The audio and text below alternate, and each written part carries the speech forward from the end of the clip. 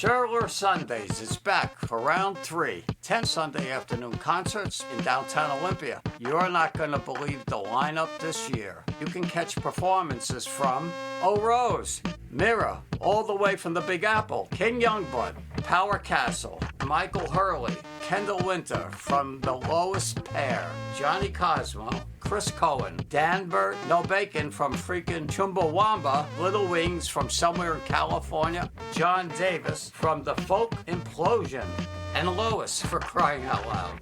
Plus, catch a live taping of the podcast Low Profile with Mark Lee Morrison from Ruinous Media. It's almost too much for me to take, and you can't argue with the price. Sherler Sundays. It's gonna be freaking lit.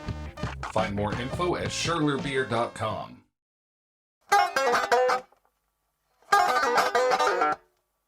If you can safely close your eyes, then do that right now. Keep your eyes on the road if you got to, but relax and get with me for a moment. You've been told you're going to a blues concert. We take the subway and take a short walk to the Hot Rock Ranch, a desert-themed dive bar on the outskirts of town.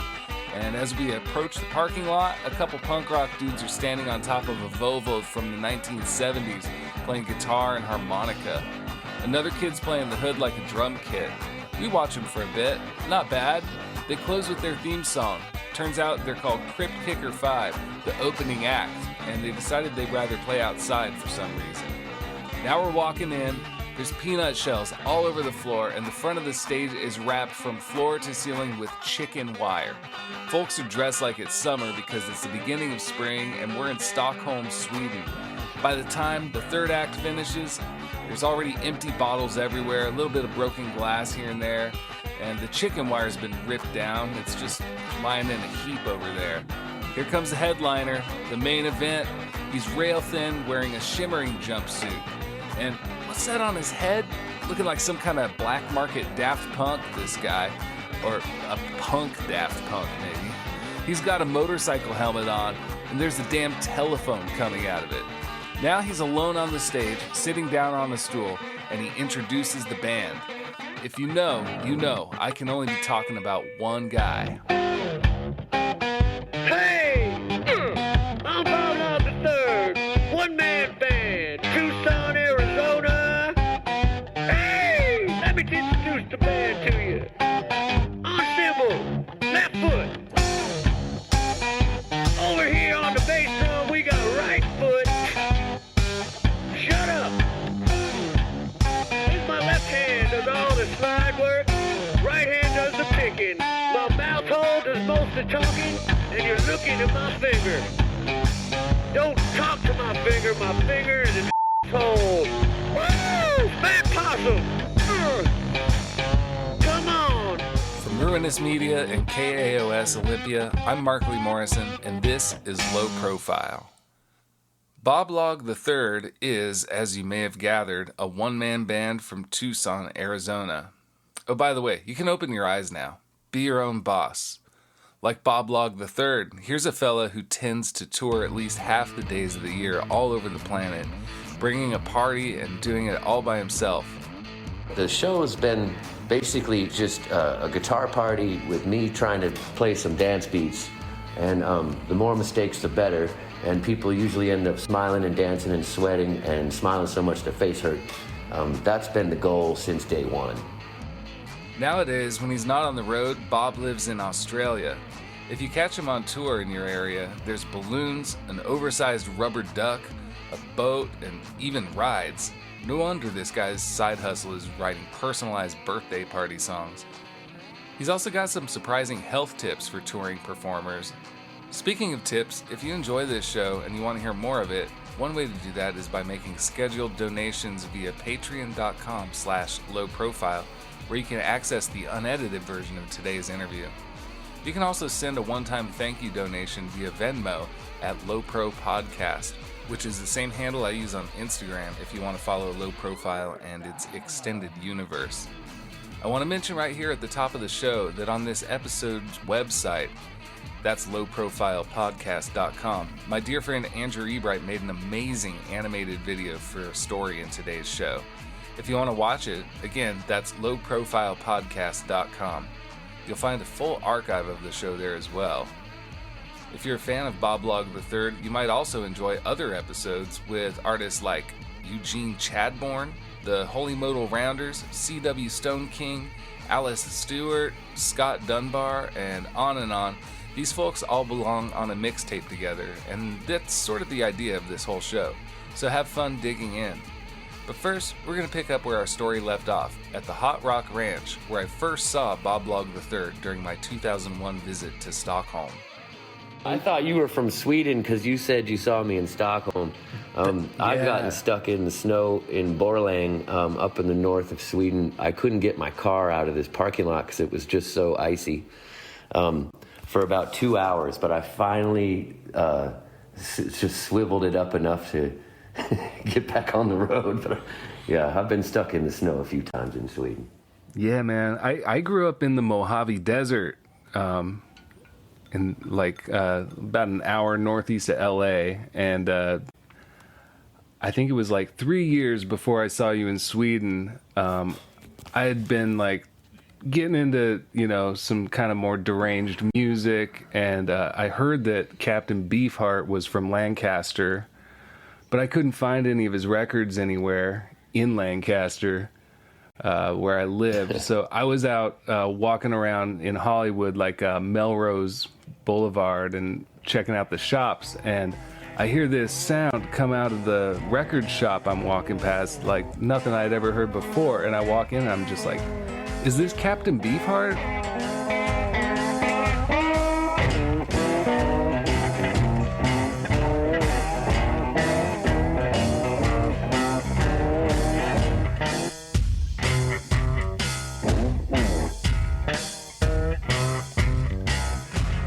And the guy said, no, this is Bob Log III, really deranged one-man band.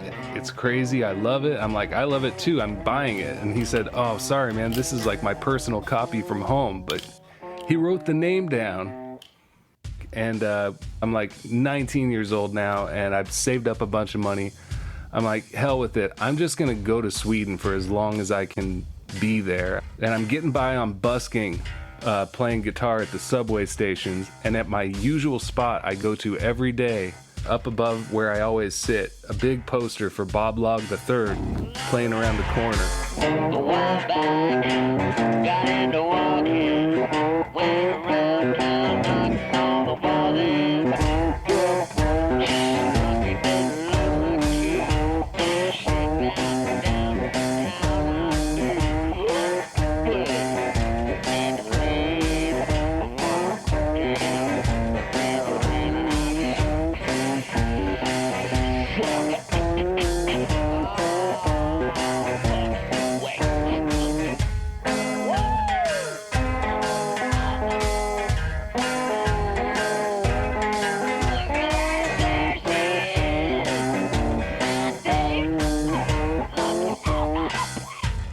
Is that club in Stockholm that they had all the chicken wire they got ripped down? That's right. That with all the chicken wire. I remember that place.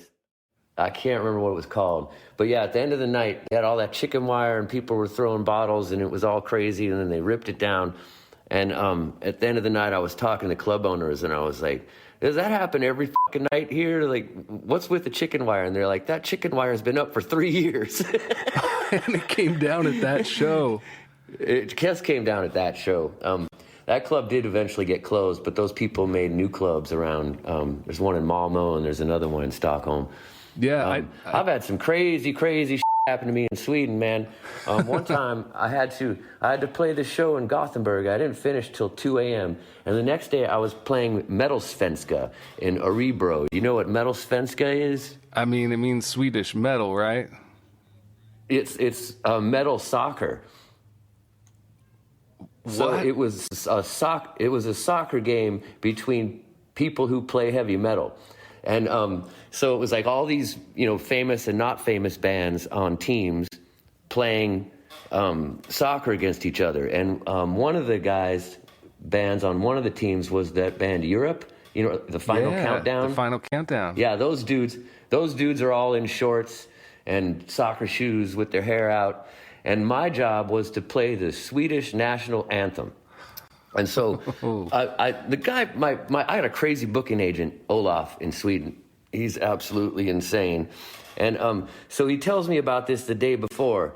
And at the end of the night, he's like, oh, by the way, you have to do this at 9 a.m. It's like a 4-hour drive to Örebro from where I was. And I'm like, you mean I'm finishing the show at 2, I got to be in Örebro at 9 a.m. and play a song I've never heard before? And he's like, yes, sorry about that. So I play the show, I lay down for like an hour, I get in the car, and I'm listening to the Swedish national anthem the whole way to goddamn Örebro, I think is how you say it, right? Yeah, and, that sounds right. I told them the day before, I was like, I'll play it, but there's no way in hell I can sing it. You know, guys, I can't speak Swedish well enough to sing this. And they're like, that's no big deal. So then I get there, and I have to change in a shipping container, and it's like I haven't slept, and I kind of figured out how to play the song, and then the guy comes up to me and goes, oh no, you have to sing it. And I'm like, there's no fucking way I'm going to sing this. And I'm like, I'm going to go change right now, and I'll be out to play the Swedish national anthem to members of the band Europe. And so I go into the shipping container, which was kind of the food storage for the concession stand, and somebody closes and locks the door, just like Spinal Tap. You know, I'm now in my underwear in a shipping container, supposed to play a song I've never played before, and I can't get out of the shipping container. So I just start banging on it till they finally open the door, and I got the suit in, and I changed real quick and went out and played a terrible version of the Swedish national anthem in front of all these really good guitar players. All kinds of crazy shit happens in Sweden. One time I was playing this festival, and this was in a ditch in Stockholm. When I was trying to find this festival, I'm driving, I'm like, where the hell is it? I'm like, oh, look at all those homeless people in that ditch. And that turned out to be the festival. And I'm like, oh, shit, okay, the festival's in a ditch. So it was something crazy happened while I was playing, and there was a fight in front of the stage. And then some police came in to kind of break it up. So it's all these police in the front row. And after songs, I jump up and I just try and high five whoever's in front of me. And basically it was a Swedish police officer. And he didn't want to high five me, but the crowd was like, yeah. And so he finally disgustedly high fived me. And then I went back to the show after high fiving the Swedish police. But I didn't know he was police when I was trying to high five him. They told me later, that was a policeman. Oh, man. You never know what's going to happen in Sweden.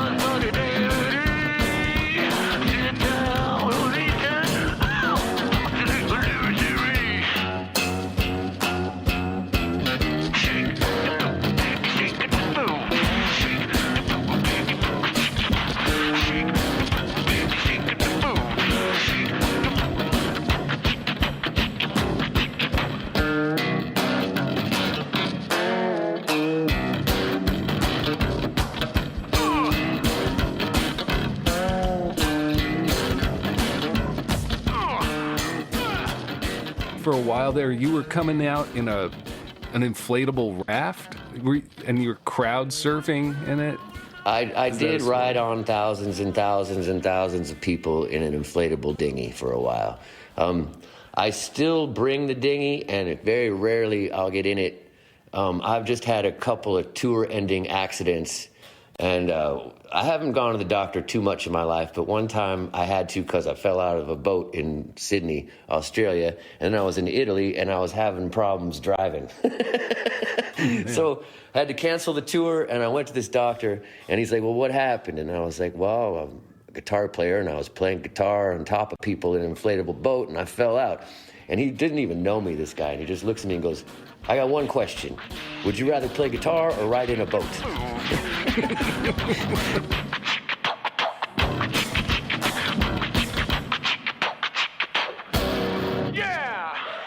I don't do it as much as I used to, but I think I've proven my point by riding on top of people in a dinghy for probably 10 years. And that part of the show is basically retired. But I still got a dinghy with me because I can't play now unless there's a boat behind me. It just feels wrong. But other than that, I mean, I got some things I bring on stage with me, but the show has been basically the same idea. It's just a guitar party with me trying to play some dance beats. And the more mistakes, the better. And people usually end up smiling and dancing and sweating and smiling so much their face hurt. That's been the goal since day one.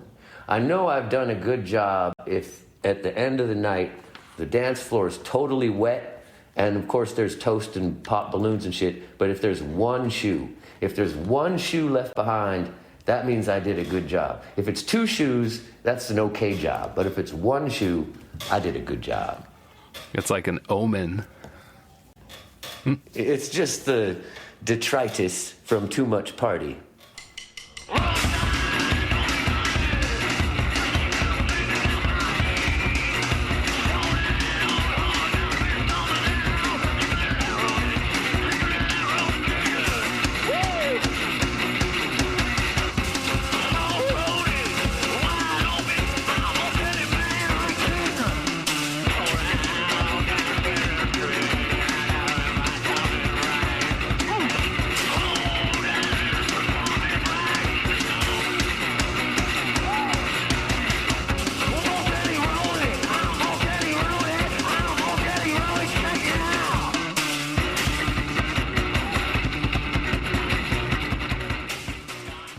This is going to go on the radio, presumably, and I wanted to share with the listener a little bit of background going back to your previous band, Do-Rag.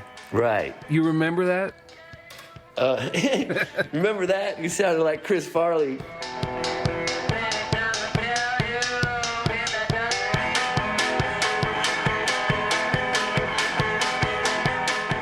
I've always been a fan of something out of nothing. And we didn't have anything. So we'd play on the sidewalk and try and make enough money to buy cigarettes and lemonade. That's how that band started. And we had a blast doing it. But we figured out, playing on the sidewalk, you know, what songs made people give us $1.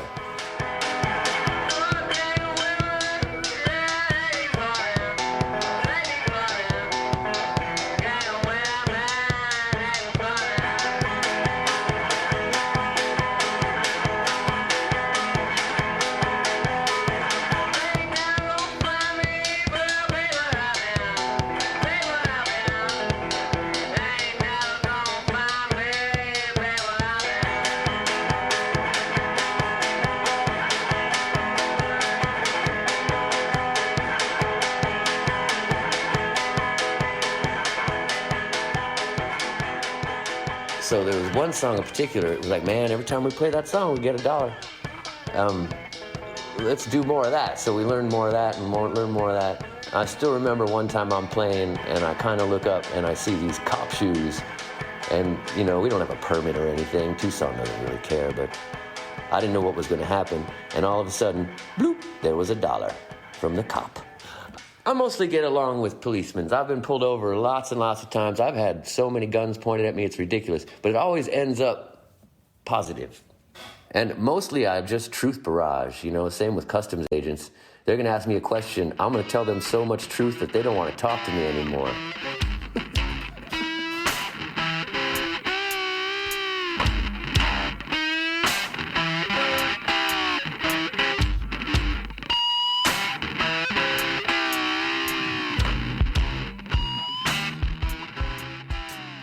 You're listening to Low Profile from Ruinous Media and KAOS Olympia. I'm Mark Lee Morrison, and I'm talking to the one man behind the one-man band, Bob Log III. The portraits for this season's episode imagery are by Jack Habegger. You can see all of his artwork for this show at lowprofilepodcast.com. Low Profile is made possible by you via patreon.com/lowprofile, where supporters can find an extended version of today's interview. You can also support this show via a one-time donation on Venmo at lowpropodcast. Low Profile receives in-kind support from the Olympia small business community, including Old School Pizzeria, Rainy Day Records, San Francisco Street Bakery, Schwartz's Deli, and 3 Magnets Brewing Company. So if you're visiting Olympia, Washington, be sure and show your support for these friends of mine. Let's get back to my interview with Bob Log III, who's about to teach us how to make a telephone helmet like the one he wears on stage.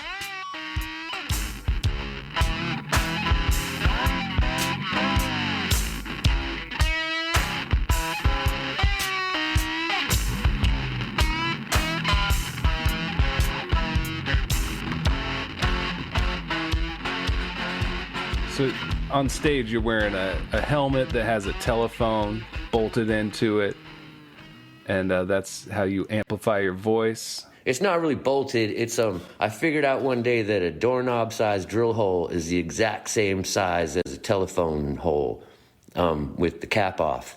So you drill a doorknob-sized drill hole in your bubble mask, and it's a perfect fit for a phone.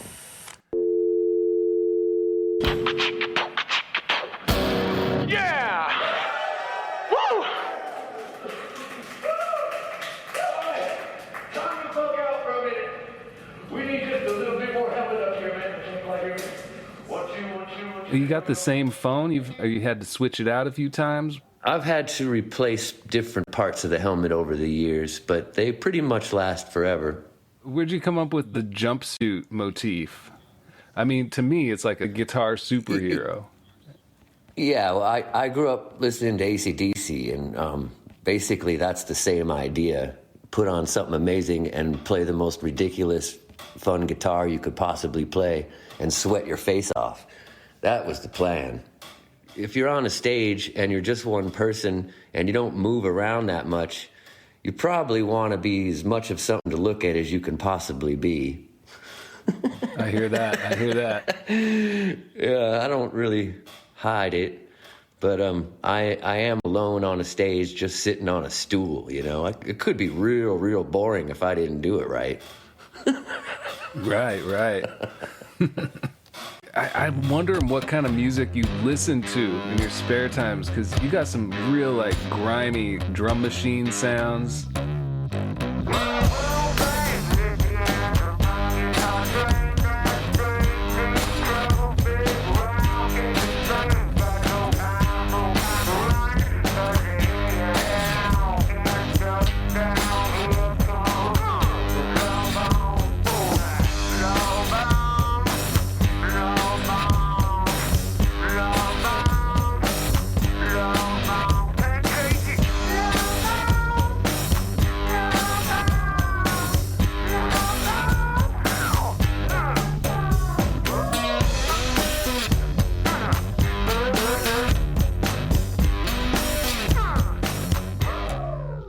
Have you been digging on anything current?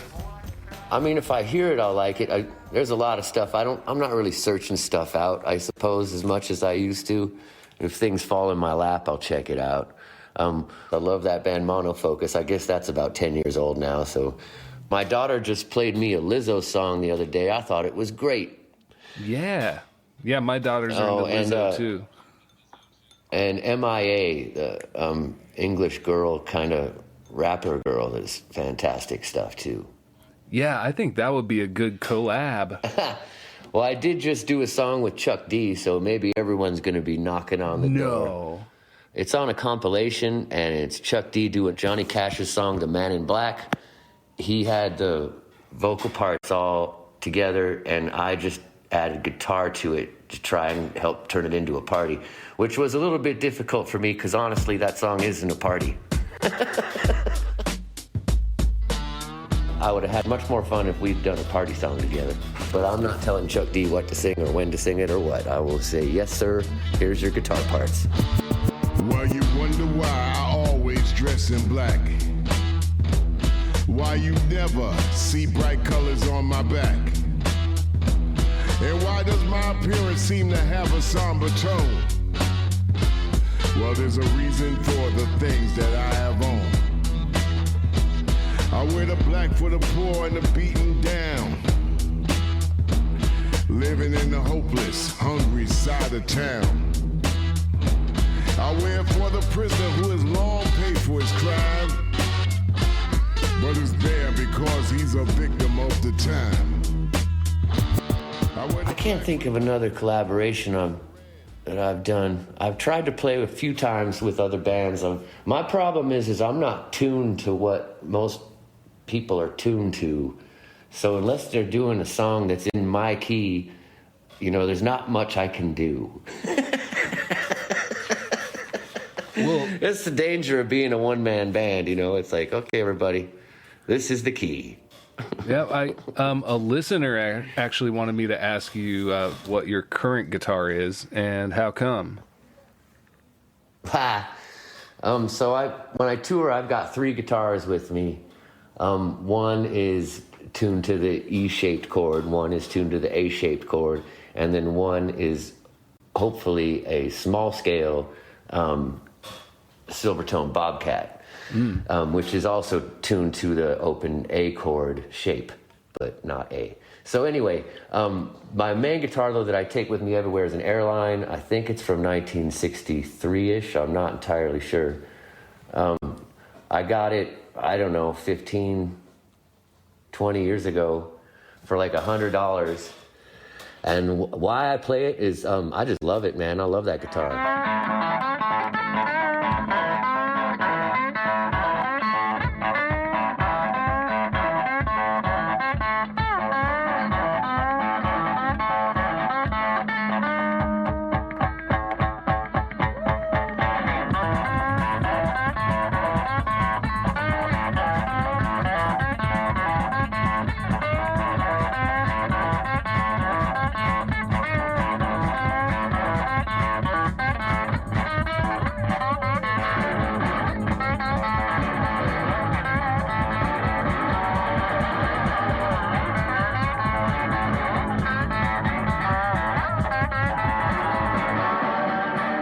Ask me anything, man. I'll try not to lie.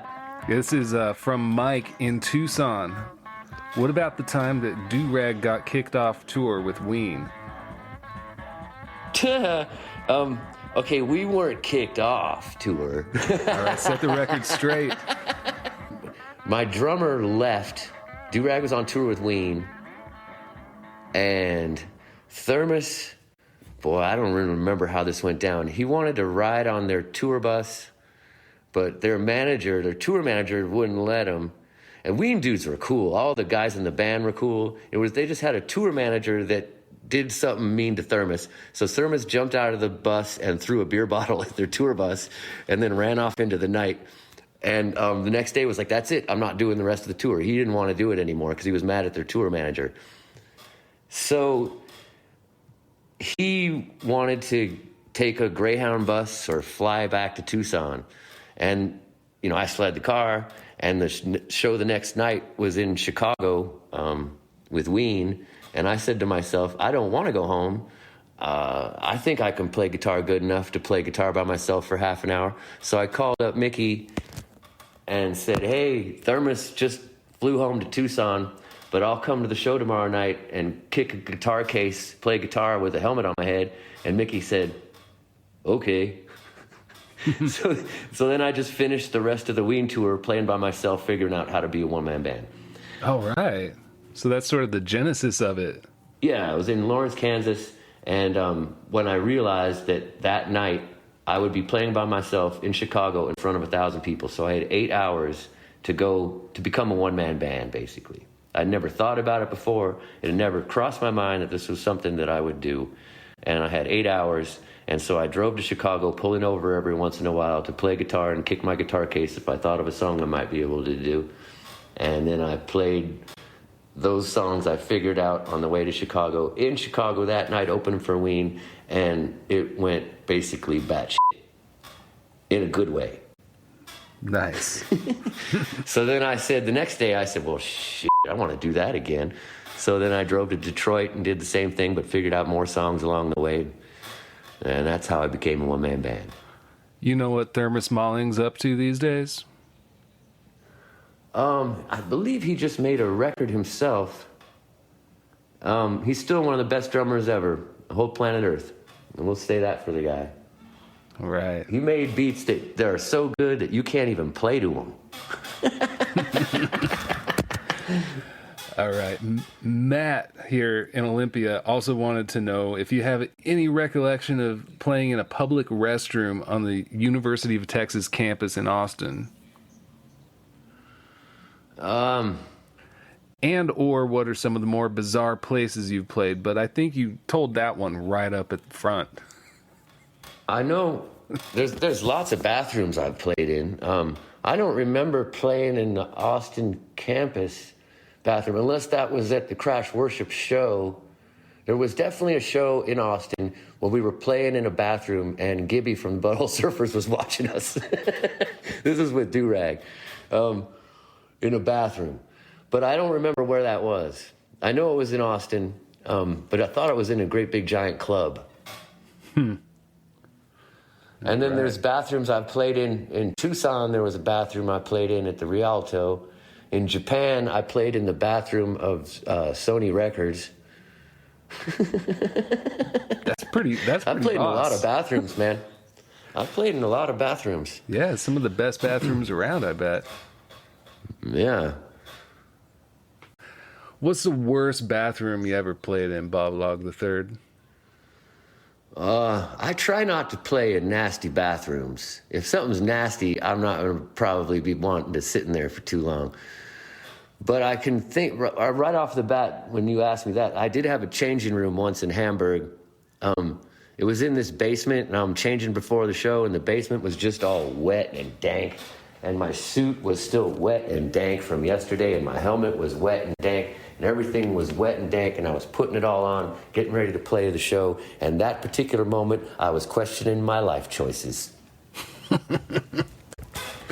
But I did learn something. So what that meant was after that particular day, no matter what, my suit is dry before I put it on again. Even if that means I put it on the dashboard and crank the defrosting heater on the car while I'm driving to the next town and I have to stink myself out. That suit will be dry before I put it on again.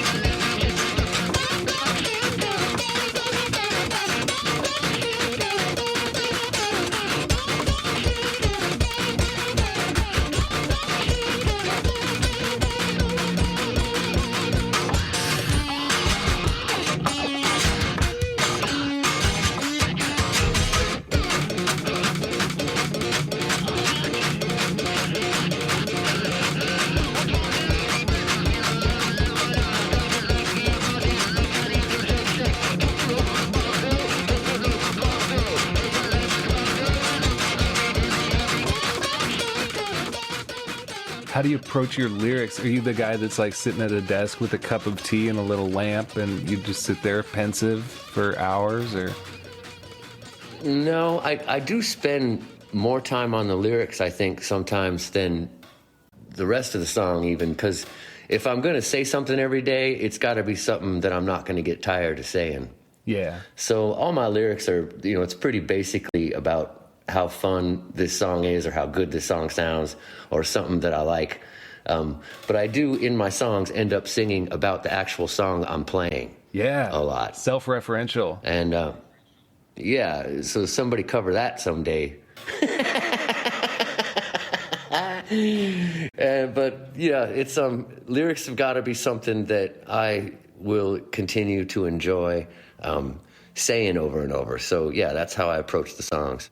And I'm not trying to complain about anything. I'm just trying to take the party in front of me in that room and turn it into a bigger party than it already is. That's how I approach the lyrics. Yeah, where's the party?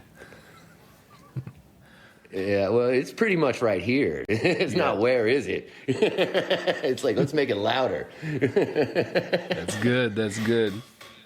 So, yeah, and another thing, like, much like a lot of hip-hop, if someone's listening to your music and they don't know who it is, they're going to find out because you're going to tell them your name eventually. It's not that hard to figure out who I am if you're listening. It's really not. Well, are you working on any new records or anything? I'm always working on something. I've got it all set up right in the other room. I just sit down and play whenever I feel like it. And then I bring those songs out on the road and see what people do. And if it makes somebody spill a drink, it's on the record. That's good. Are your beats canned when you play live, or are you controlling that? So everything's controllable and changeable.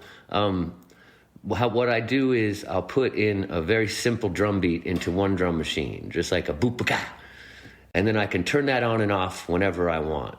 And then on the other drum machine, I'll put something in the same sort of that I can click on that will accentuate another part of that beat. So that second drum beat could just be boom, ka, boom, ka.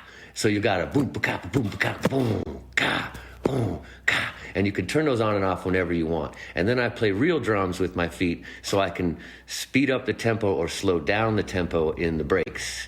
So time is not linear. It's like a rubber band. It can move faster or slower depending on how the person in front of me is dancing. I can either help them out or I can really f them up.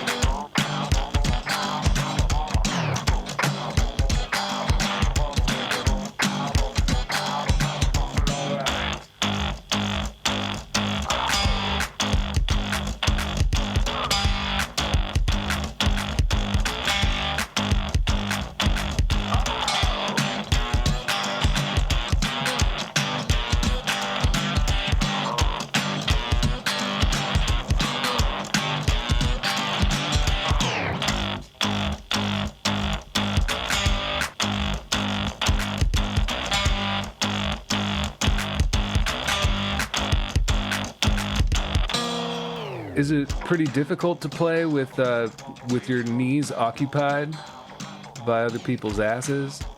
You mean, is it... That's got to be one of the funniest questions. You know, if nobody knew what we were talking about, that would be possibly the funniest question of the month right there. Well, somebody's just tuned in on the radio, and that's the first thing they heard. So just give it to them straight, Bob.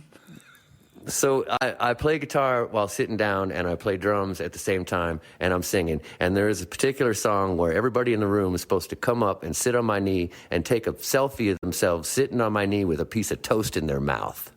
Now, while I'm playing guitar and everyone in the room is taking turns sitting on me, the question is that more difficult than when no one's sitting on me? And the answer is, F yeah. It's very difficult. It's very difficult to play guitar while two people with toast in their mouths are sitting on you taking selfies of themselves. But, you know, it being difficult... And yeah, someone's like, don't you play guitar worse when people are sitting on you with toast in their mouths taking selfie of themselves? And the answer is, of course I am playing a little bit worse than I would be if no one was sitting on me. But it's the same thing in all kinds of rock and roll. Sometimes you've got to do something difficult. It might not make it so that your guitar playing's perfect, but you are definitely raising the party level in the room when everyone's taking a selfie of themselves with a piece of toast in their mouth while they sit on you. So I'm not going to stop doing that. And there are times when, you know, everyone in the room is just too shy to sit on the band. It does happen. And then I'm sitting there playing that song with nobody on me, and I'm like, God, I love this song. I think, yeah, it's like the difference between a performance and a damn show, you know? Yeah, and, you know, all the rest of the songs, no one's sitting on me. Well, I mean, sometimes people sit on me when they're not supposed to. And yes, I've been tackled to the ground mid-song.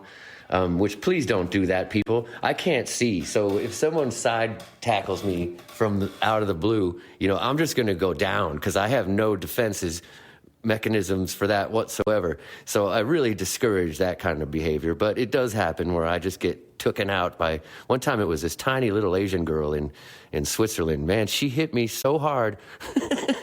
And again, when you don't see it coming, it's a total sucker punch, It's like, I can't see, and I'm real busy trying to play this song, and then blam! But I can't get mad when things go crazy, because the whole point of each of my songs is to try and make you go crazy. So if something bad happens to me because my song made you go crazy, that you attacked me or whatever, it's really just my own damn fault. Ah, that's beautiful. And also, we don't want the listener to think that your knees are sexist. Boys, girls, ladies, and gentlemen, everyone's welcome for a ride. Is that a fact? Oh, yeah, everybody sits. I've had babies sit on me, animals, men, women. Everyone in between? A guy in a wheelchair one time.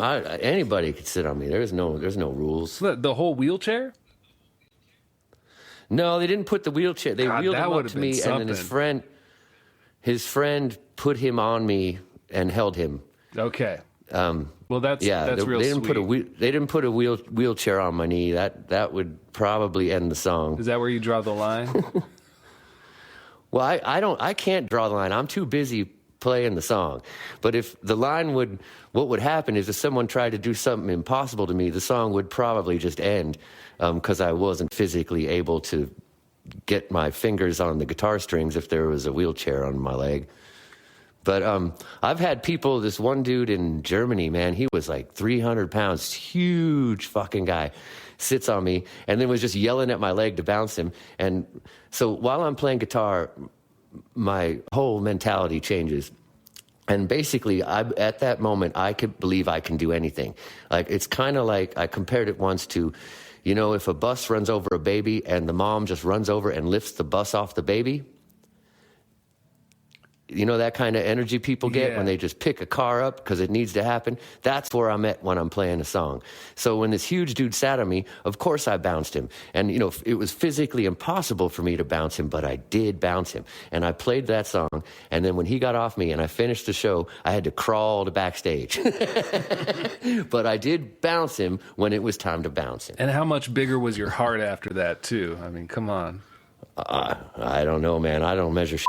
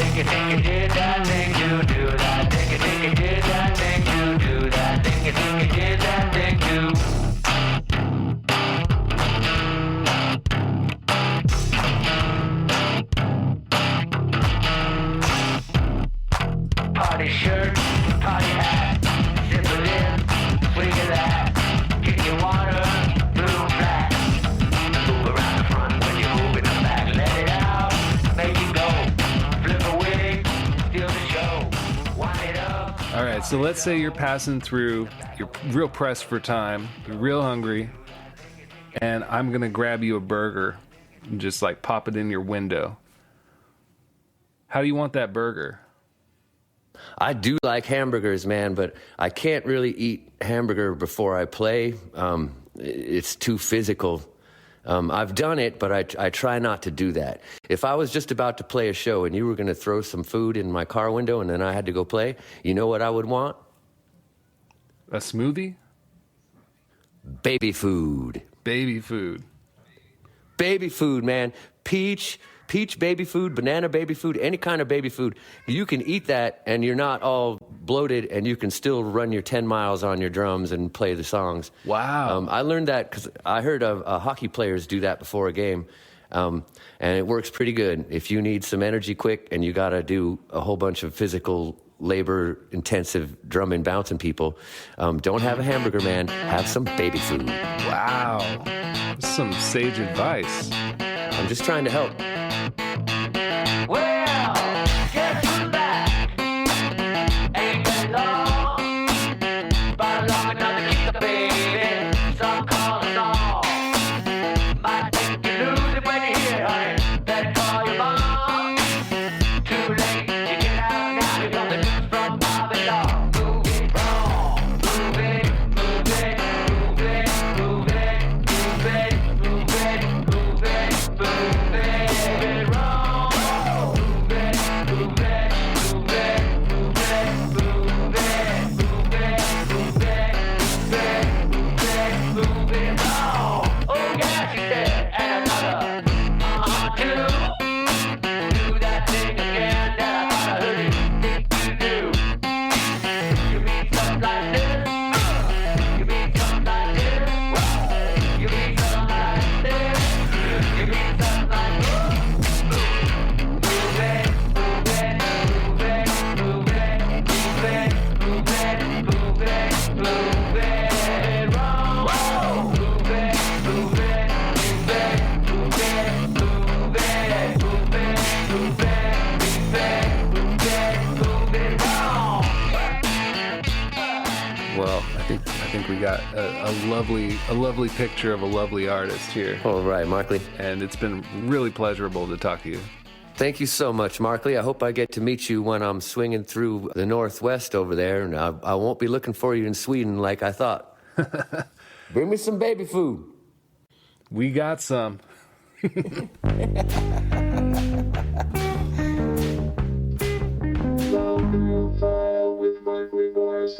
This has been the 84th episode of Low Profile with Markley Morrison. I've been speaking today with one-man band Bob Log III. Chances are he'll be coming to your area on tour eventually. You can find his current schedule at boblog111.com. Next time on Low Profile, I'll be speaking with Chris Schlarb, producer and songwriter behind the band Psychic Temple and Big Ego Studios in Long Beach, California. You can find out more about today's episode as well as the whole Low Profile archive at lowprofilepodcast.com. And of course, you can find it anywhere you get your podcasts. I'm going to play you out on a recent single by Bob Log III. This is called Consuela Did It. Talk to you again real soon.